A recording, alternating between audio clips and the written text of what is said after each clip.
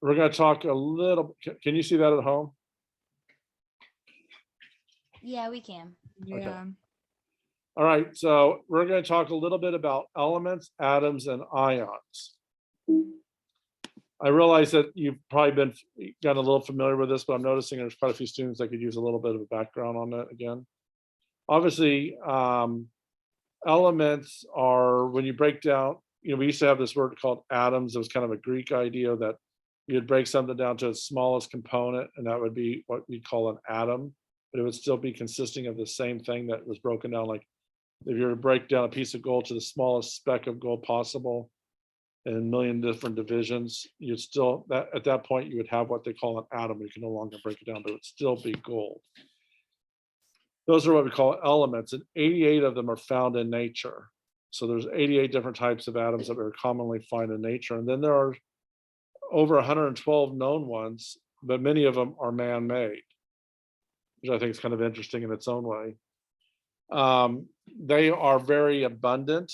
We're going to talk about the most abundant ones on Earth because obviously that's the planet we're from, important for biological purposes. So actually, oxygen is the most abundant element on Earth by mass.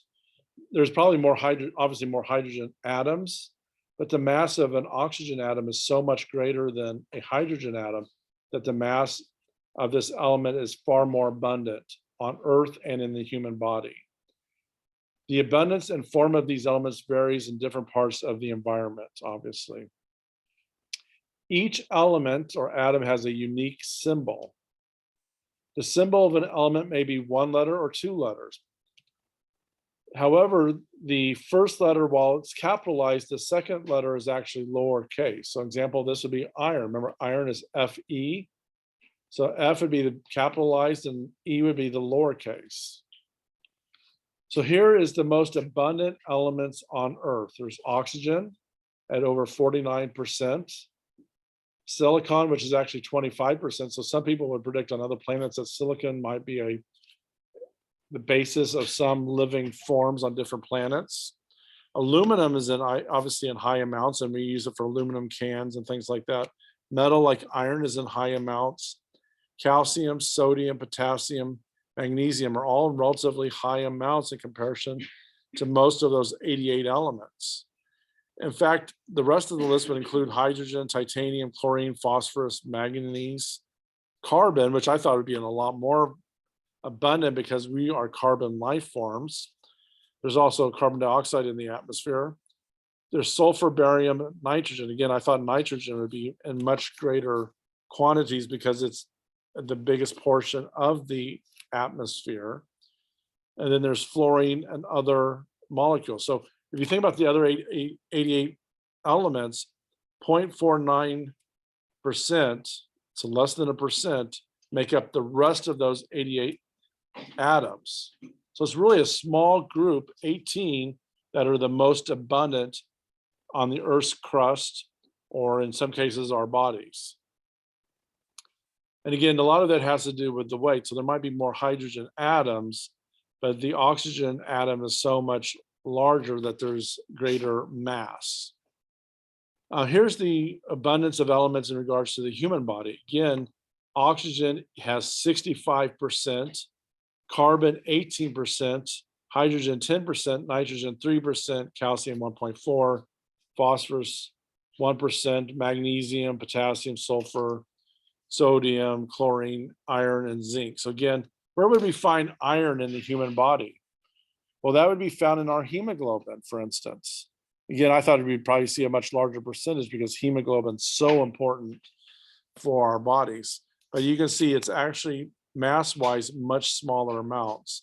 And then there's also all sorts of trace elements. You don't want to have arsenic running around in your body, for instance, but there are trace amounts of these items like chromium, copper, fluorine. Unfortunately, even though it's not listed here, I'm sure lead would be in trace amounts of people as well, which would be obviously a toxin. So these are the symbols and names of the most common elements. We have aluminum, it's Al. Argon would be Ar, arsenic As. Again, remember, see, you got the big capital letter followed by the smaller case letter. And then, of course, things like carbon is just a C, or fluorine is just enough for iodine, or hydrogen, or just single letters as well. While lead would be PB with a big P and a little b. So this kind of gives you an idea of some of the letters and symbols of the most common elements. You should be able to pick those out.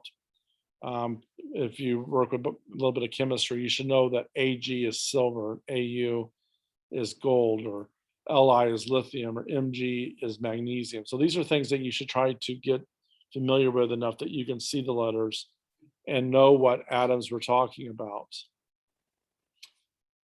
Now, there's been all sorts of different ideas about atoms and what they look like. Obviously, it's hard to really know that kind of stuff. And so there's been different theories about what an atom is composed of. The Dalton's atomic theory is one of the first ones, which is, again, the idea that elements are composed of atoms, tiny, hard, unbreakable spheres.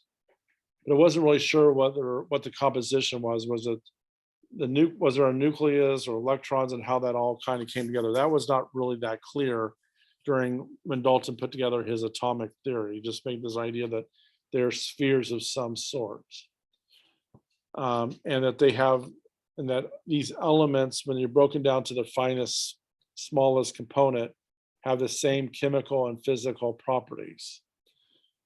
Atoms of a given element are different from those of any other element. So whatever you broke it down, that would be what it would be at the sphere level. Carbon atoms have different chemicals and physical properties than sulfur atoms, for instance. So this is something that we had an idea of even in the old days, in quotes.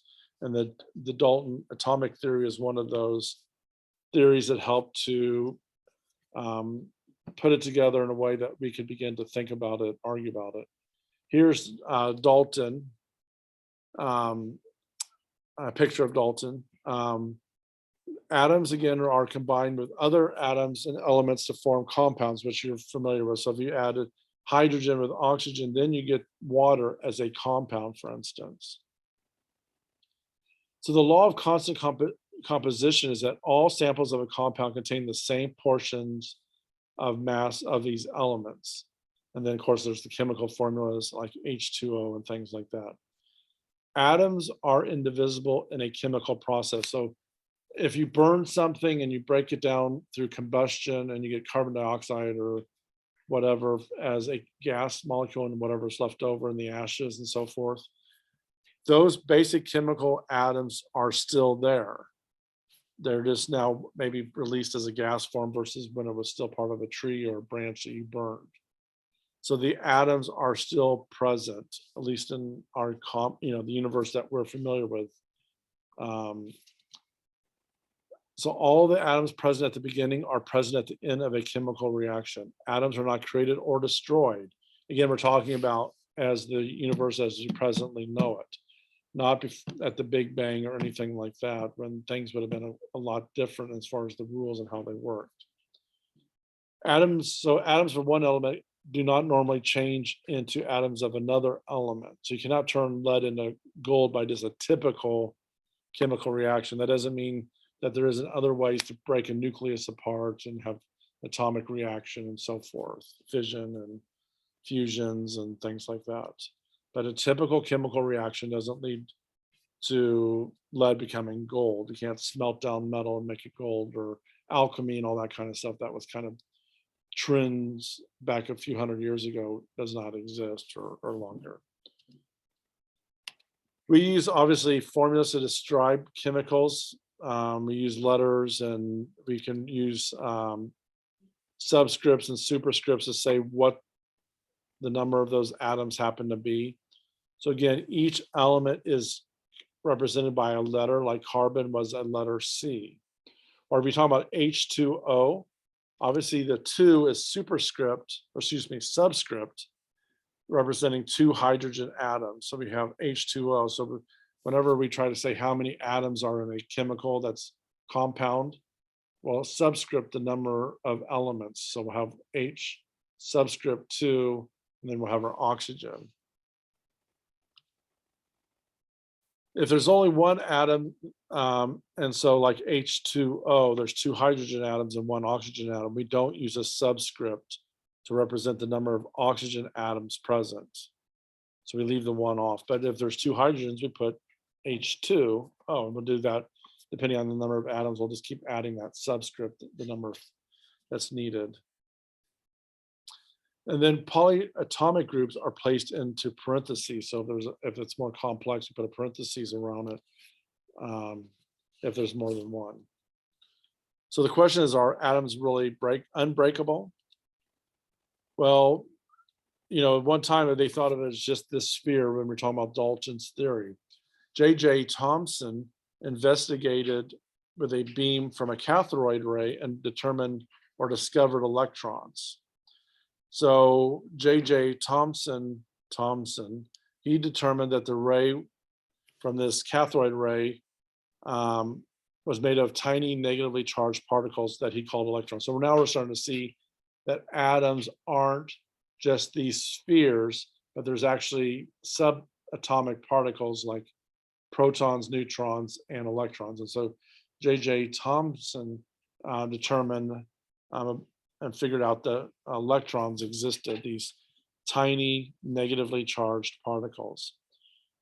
His measurements led him to conclude that these electrons were smaller than hydrogen atoms. So he was the guy, the scientist that discovered electrons.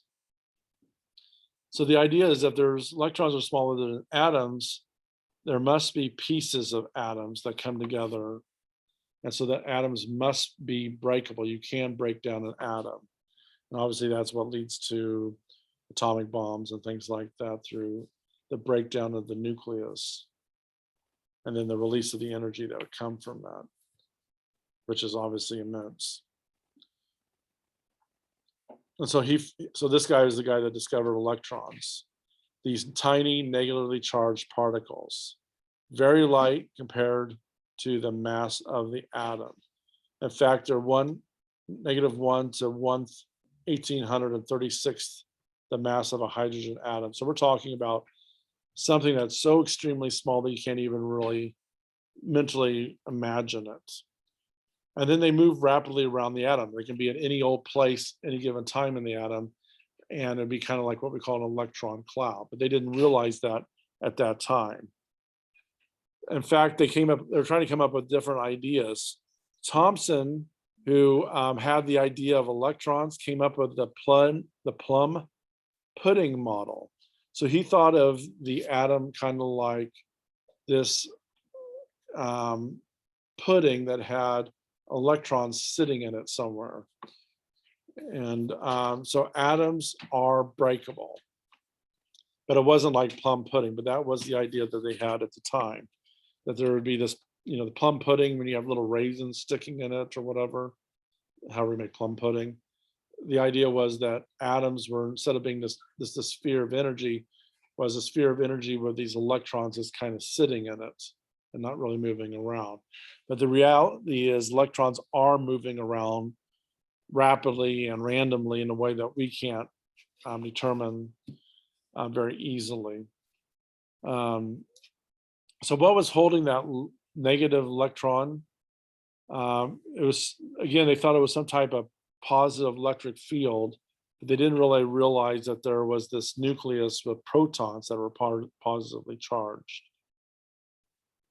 And so they thought the mass of the atoms were due to electrons. And again, they didn't understand too much at that time.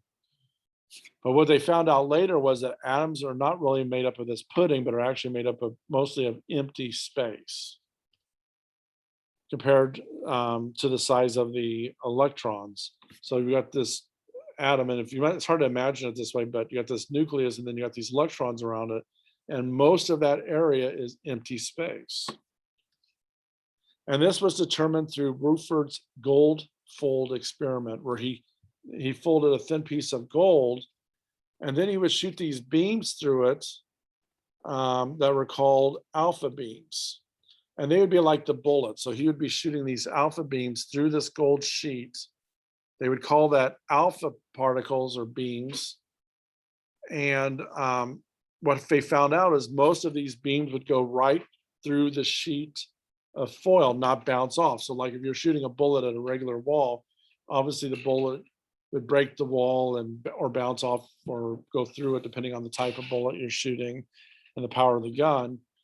Well, in this case, the alpha particles would go through it like 98% of the time. So that gave them the idea that atoms were really just full of huge amounts of space.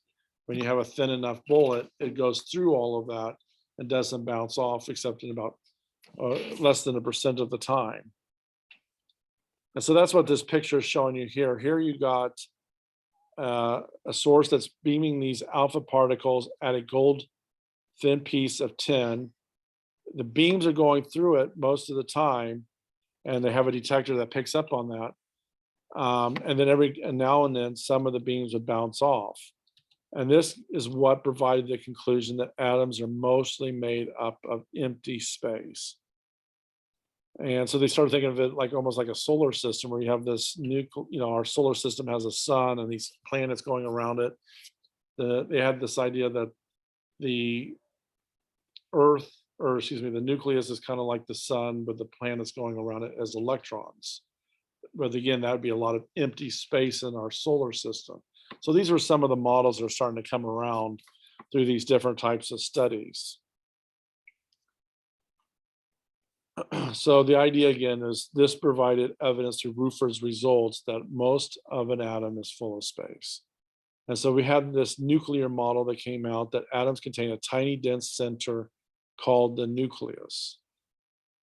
And again, it would be a 1/10 of a trillionth the volume of the atom. So the nucleus was essentially the entire mass of the atom, and then you got the little electrons running around the outside of it. So the nucleus is positively charged due to protons, and this would hold the electrons, but they're still not quite sure why was the mass of these atoms different than what would be predicted.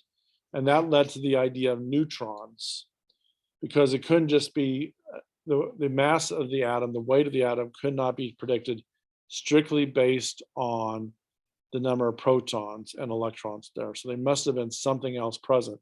So it took a while for them to discover neutrons, but this was some of the evidence that eventually started to come around. So here's the nucleus, and you can see that it's, just this very small portion of the entire atom space. And then you got these different orbitals, and you can see that the different orbitals are colored in slightly different levels of pink or orange, depending on how it looks on your screen.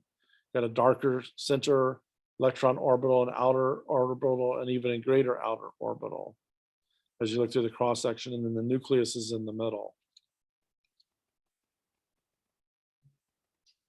So the nucleus was found to be composed of two different kinds of particles. Some of the particles were called protons, and they had a positive charge. And again, they found out hydrogen, the mass of that hydrogen atom was strictly due to the proton. But other atoms they started to discover had different masses that needed to be accounted for, and that's where the idea of neutrons came from. And the idea is that they have a neutral charge. And so it's the combination of protons and neutrons that give what we are talking about in regard to atomic mass, the weight of the atom, while electrons are very infinitesimally small in its contribution to what we consider the weight of the atom. So again, neutrons is that other particle found in the nucleus right alongside protons that has no charge. Most atoms have a neutron. For the most part, we don't see a neutron in hydrogen atoms in most cases, not all cases though. So neutrons actually have a mass that is slightly more than the proton. So this led to the modern theory on what an atom looks like. We know that atoms are composed of three main pieces: protons, neutrons, and electrons. The nucleus contains both protons and neutrons. And then again, the nucleus is rather small in diameter, as you can see, is a number that's much smaller. It's 10 to the negative 13 centimeters, which is, a diameter I can't imagine for the most part. And then the electrons move outside the nucleus at an average distance of about 10 to the negative 8 centimeters. Therefore, the radius of the atom is around 10 to the power of 5 times larger than the radius of the nucleus. Now, what are isotopes? Isotopes are atoms that may have an extron neutron. So each atom is specific to the number of protons. In fact, if we talk about a hydrogen atom with one proton, if it has one proton, it is a hydrogen atom. If it has two protons, it's a helium, and so forth. So the number of protons determines what type of atom it is. But sometimes you don't always have equal number of neutrons with protons. So sometimes you might have an extra neutron in some cases. So like carbon, which has 6 protons and 6 neutrons normally, could have an extra carbon or an extra neutron, making it a carbon 13 or something like that. So those are examples of isotopes. So all atoms of an element have the same number of protons, as I just mentioned. And the number of protons in an atom of a given element is the same as the atomic number on a periodic chart that you're about to see, or table. The atoms of an element have different numbers of neutrons, and those are called isotopes. All isotopes of an element are chemically identical. They undergo the exact same chemical reaction, so it doesn't matter if they have the extra neutron or not. A carbon with 6 neutrons or carbon with 7 neutrons is going to behave the same way chemically, and the chemical reactions are going to be the same. Again, chemical reactions are mostly talking about what's happening with the electrons on the outer shell and breaking those covalent bonds and so forth. So isotopes have different masses, even though they're the same element. So the mass number represents the number of protons and the number of neutrons. And so you'll see that elements are arranged in a pattern called the periodic table. The position of the table allows us to predict the properties of the elements. The metals represent about 75% of all these elements, and they're lustrous, malleable, ductile, conduct heat and electricity. So 75% of the elements you find on a periodic table are actually some type of metal. Then you also have our non-metals, which are dull, brittle insulators. Those are the things that would include atoms like carbons. And then you have something that's somewhere in the middle. Those are called metalloids. And they are kind of a semi-metal, where they may have some of the properties of metal and some of the properties of non-metals.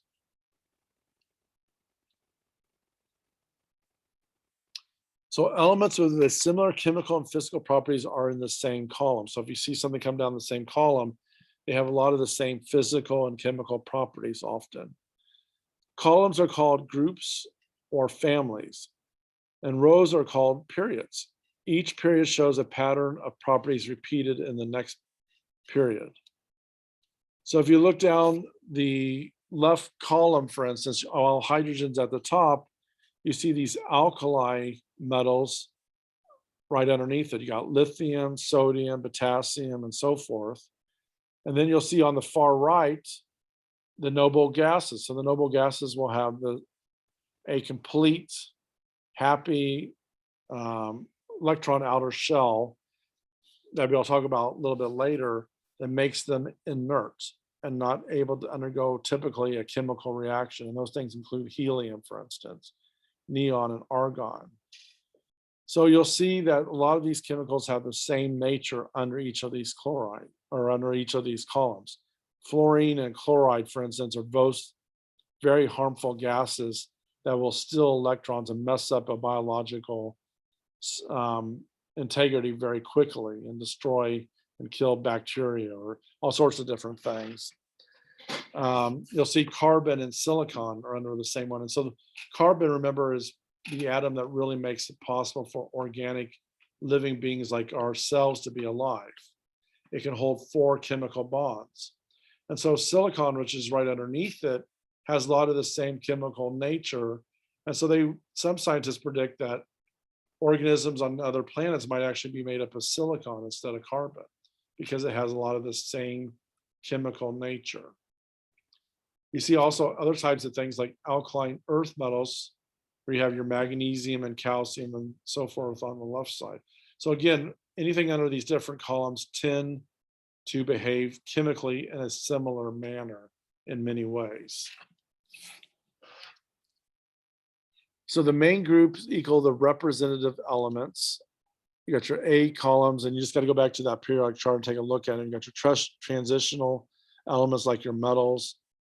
And then your bottom row has inner transition elements and rare earth elements. So again, the periodic chart goes a long way to helping you to determine what these different atoms and elements may behave like in some manner. As I mentioned before, the noble gases on the far right include helium and argon and so forth.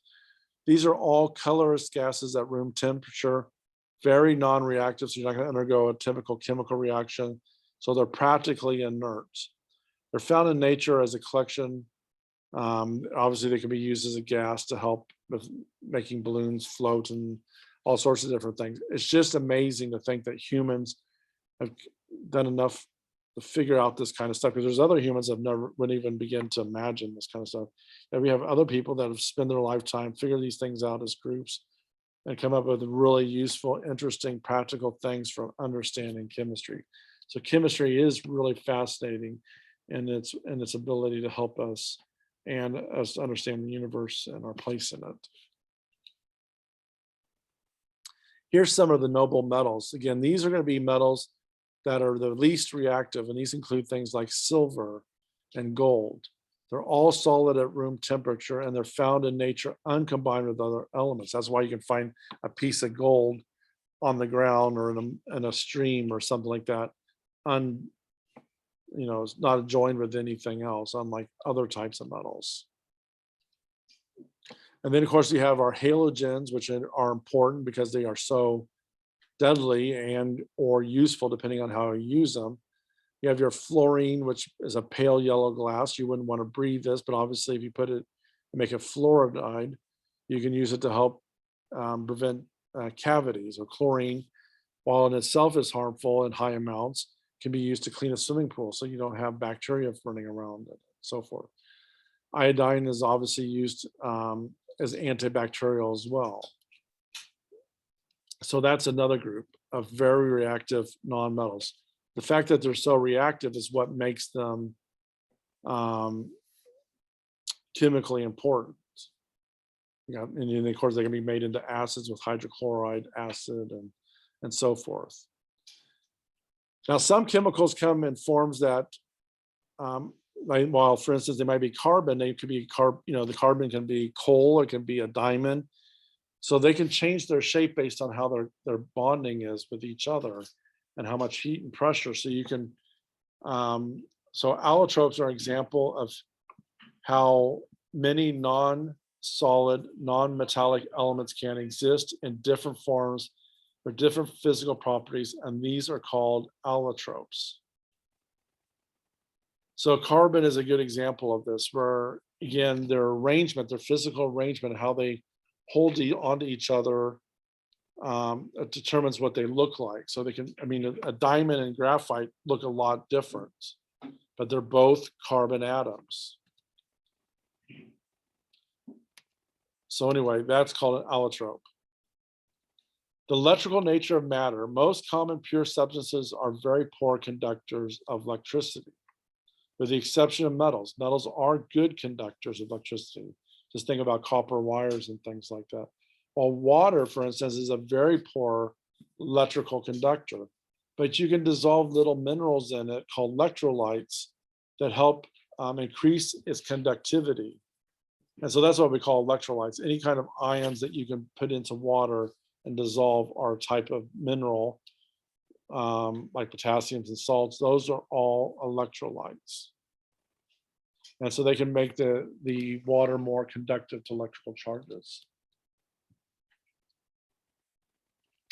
Now, as you remember, ions are basically atoms that have either an extra electrical charge or less, depending on the number of electrons to the number of protons. We'll get into this more later, but basically a cation is a positively charged atom. It's lost an electron in regards to the number of protons. So it has less electrons. So let's say if you had a handful of electrons on the outside, maybe it has one less electron in count to the number of protons, because normally atoms balance those out.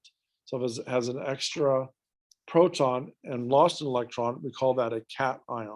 I usually think of the T as like a positive sign. So it's a positively charged atom. Now, negatively charged atoms are called anions, and that means that they have an extra electron in relationship to the number of protons. And so they have a negatively charged atom. Sodium and chloride come together in an ionic charge, for instance. So ions with opposite charges are attracted to one another. Therefore, cations and anions are attracted to each other. Sodium chloride is a good example of sodium being a cation, positively charged, while the chlorine being negatively charged, being an anion. So the positive charged sodium is attracted to the negatively charged chlorine, making this ionic charge. So when ions move around, they can actually conduct electricity. But they end up with a neutral charge when you bring these cations and anions together. You can look at the metals and you'll see which ones, based on what column they are, whether or not they would be, but have the potential to become a cation or whatnot. So sodium, for instance, can lose an electron and become a cation with a missing electron. So you just give it a plus sign. Or calcium can lose 2 electrons and end up with a +2. So these again are representative of the columns that they're found in. And so you just have to look at the periodic chart and you can predict whether or not magnesium or sodium or whatever is going to be a cation or a +2 cation, but depending on if it loses 2 electrons or whatnot. Same thing with anions. If it loses 1 electron, it becomes negatively charged. So if fluoride gains an extra electron, as it normally does, it's going to have a negative charge associated with it. Oxygen might have a negative too, depending on how it grabs onto its electrons. Anyway, that's the basic start of discussing atoms and elements and how that all came together. Anyway, I hope you got something out of this lecture, and I hope you have a good day. Take care.